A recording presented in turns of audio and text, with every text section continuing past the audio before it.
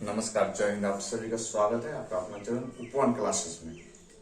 कल जैसे कि पुणे यूनिवर्सिटी का परीक्षा प्रोग्राम पार्ट 3 का आ चुका है और बहुत कम ही समय है, तो इसमें तो सोचा गया था कि बहुत सारे जितने भी पेपर्स हैं आर्ट्स कला संकाय के सभी को शामिल किया जाए, पर लगता है कि इतना हो नहीं पाएगा, लेकिन जितना भी हो पाएगा प्रयास रहेगा इस सभी पेपर का समायोजन किया जाए। और हम शुरू करते हैं समाजशास्त्र। समय कम बचा है इसलिए बहुत सारे पेपर्स को इंक्लूड करना है इसमें, इस वीडियो में, इस चैनल पर, जिससे सभी लाभान्वित हो पाए।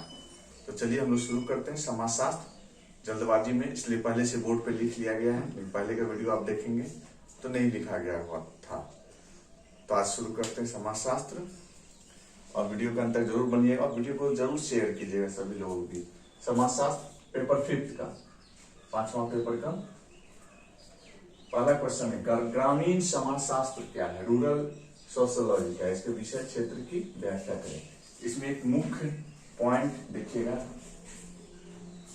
ग्रामीण समाजशास्त्र, और इसके विषय क्षेत्र की पूरा डिटेल में व्याख्या करना है। ठीक है, मुख्य पॉइंट भी बताते जाएंगे, क्वेश्चंस के मुख्य पॉइंट क्या है, इसके आधार पर प्रश्न का उत्तर देंगे। ठीक है, दूसरा प्रश्न है, ग्रामीण समाजशास्त्र की उत्पत्ति। देखिए मेन पॉइंट बोलने के साथ ही मैं इसको इंडिकेट करता हूँ। ग्रामीण समाजशास्त्र की उत्पत्ति या विकास पर प्रकाश डालें, सेकंड क्वेश्चन। इसमें क्या क्या मेन पॉइंट है? ग्रामीण समाजशास्त्र की उत्पत्ति एवं विकास, डेवलपमेंट पर इस पर प्रकाश डालना है। ठीक है, ग्रामीण समाजशास्त्र क्या थोड़ा सा देंगे, उसकी उत्पत्ति कैसे हुई वो देंगे, और उसके विकास की जो चरणबद्ध प्रक्रियाएं हैं प्राचीन भारत से, वैदिक युग से लेकर आधुनिक युग करंट तक, इस सभी डालेंगे। समाजशास्त्र स्टैटिक विषय नहीं, इसमें करंट अफेयर्स का भी समायोजन किया जा सकता है, जिससे अच्छे मार्क्स आपके मिलेंगे। तीसरा प्रश्न है इंपॉर्टेंट प्रश्न, ग्रामीण समुदाय की परिभाषा दे, भारतीय ग्रामीण समाज की विशेषताओं का वर्णन करें। इसमें समुदाय की परिभाषा देना है, किसकी? ग्रामीण समुदाय की परिभाषा दे, भारतीय ग्रामीण समाज की विशेषता, भारतीय ग्रामीण समाज की जो जो विशेषताएं हैं उसका वर्णन करना है। ठीक है, चौथा है, ग्रामीण तथा नगरीय समाज में क्या अंतर है? ग्रामीण समाज और नगरीय समाज दोनों में क्या करना है? डिफरेंस देना है। पहले दोनों का डिफिनेशन देंगे, दोनों का महत्व देंगे, दोनों का विकास चरण देंगे, उसके बाद उसको डिफ्रेंशिएट करेंगे। ठीक है, भारत में ग्रामीण समुदाय के विघटन के कारक, तो समुदाय है भारतीय ग्रामीण समुदाय, उसके विघटन के क्या क्या कारक है, क्या क्या फैक्टर्स है, उसकी समीक्षा करनी है। ठीक है, छठवां क्वेश्चन है 6 नंबर, ग्रामीण जीवन में धर्म की भूमिका। जो ग्रामीण परिवेश है, ग्रामीण जीवन, ग्रामीण समाज समुदाय के लोगों के जीवन में धर्म की क्या भूमिका है उसका वर्णन करना है। 7वां है, ग्रामीण जीवन में औद्योगिकरण बहुत है, इसी से माइग्रेशन हुआ है।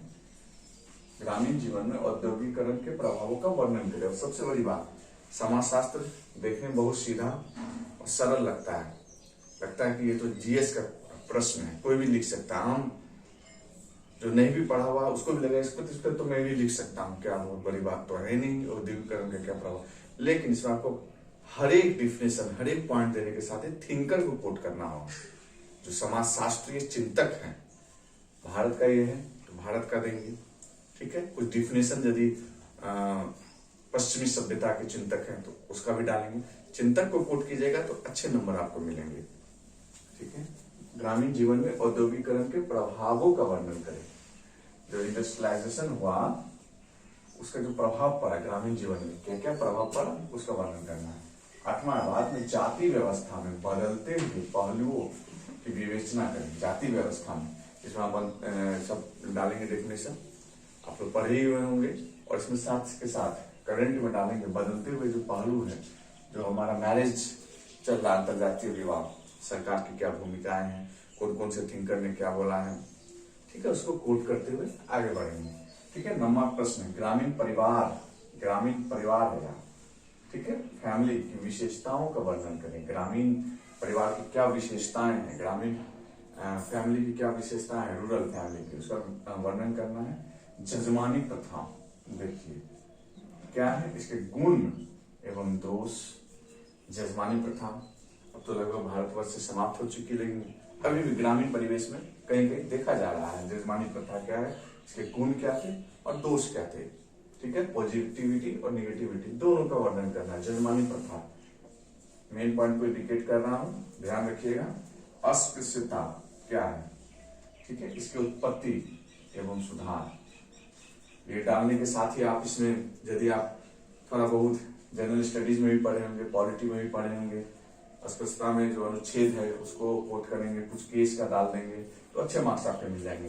ग्रामीण नगरीय द्विविभाजन जो हुआ है, मान लीजिए ये नगर है, ये ग्रामीण है, ये जो संक्रमण का क्षेत्र है, द्विविभाजन पर एक निबंध लिखना है, ठीक है। 13वां प्रश्न, भारत के ग्रामीण जीवन में, किसमें, ग्रामीण जीवन में संयुक्त परिवार के महत्व की चर्चा करें। इसमें बहुत सारे थिंकर आपको मिलेंगे, ठीक है। विवाह, परिवार, नातेदारी के जो चैप्टर्स हैं उसमें बहुत सारे थिंकर मिलेंगे, इसमें आप जरूर डालिएगा, बहुत अच्छे नंबर मिलेंगे। महत्व की चर्चा करें, संयुक्त परिवार के विघटन, देखिए इंपॉर्टेंट, विघटन तो डिवाइड हो रहा है संयुक्त परिवार, भारत के ग्रामीण जीवन पर क्या प्रभाव पड़ा। इसमें 2 प्रश्न है, भारत के ग्रामीण जीवन संयुक्त परिवार के महत्व दीजिए, उसके बाद जो विघटन हुआ है उसके क्या प्रभाव पड़ा भारत के ग्रामीण जीवन में, ठीक है।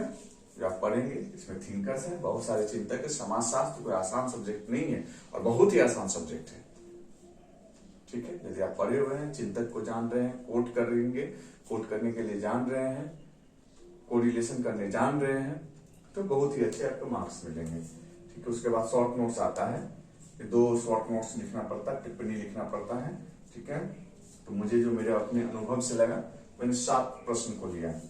पहला है शहरीकरण, ग्रामीण नगरीय गतिशीलता, ठीक है, अस्पृश्यता जो है, ग्रामीण शिक्षा, पंचायती राज। इस पे देखिएगा, पंचायती राज में 1-2 प्रश्न बन सकता है कि पंचायती राज के आने से क्या भारतीय महिलाएं या ग्रामीण महिलाएं जो के उत्थान में क्या सहायक है, ठीक है।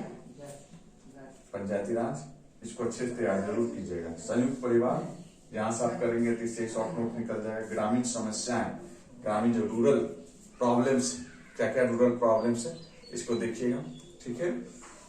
और थोड़ा सा करेंट को ऐड करने की कोशिश कीजिएगा। समाजशास्त्र में चिंतक को जरूर कोट कीजिएगा। चिंतक यदि आपने हर एक प्रश्न में कोट करना शुरू कर दिया तो आपके मार्क्स देखिएगा कितना फ्लक्चुएट करता है। पार्ट 1, पार्ट 2 के मार्क्स और पार्ट 3 के जो पेपर, 4 पेपर होंगे इसमें, 5, 6, 7, 8, उसमें कितना अच्छा आता है आपके नंबर।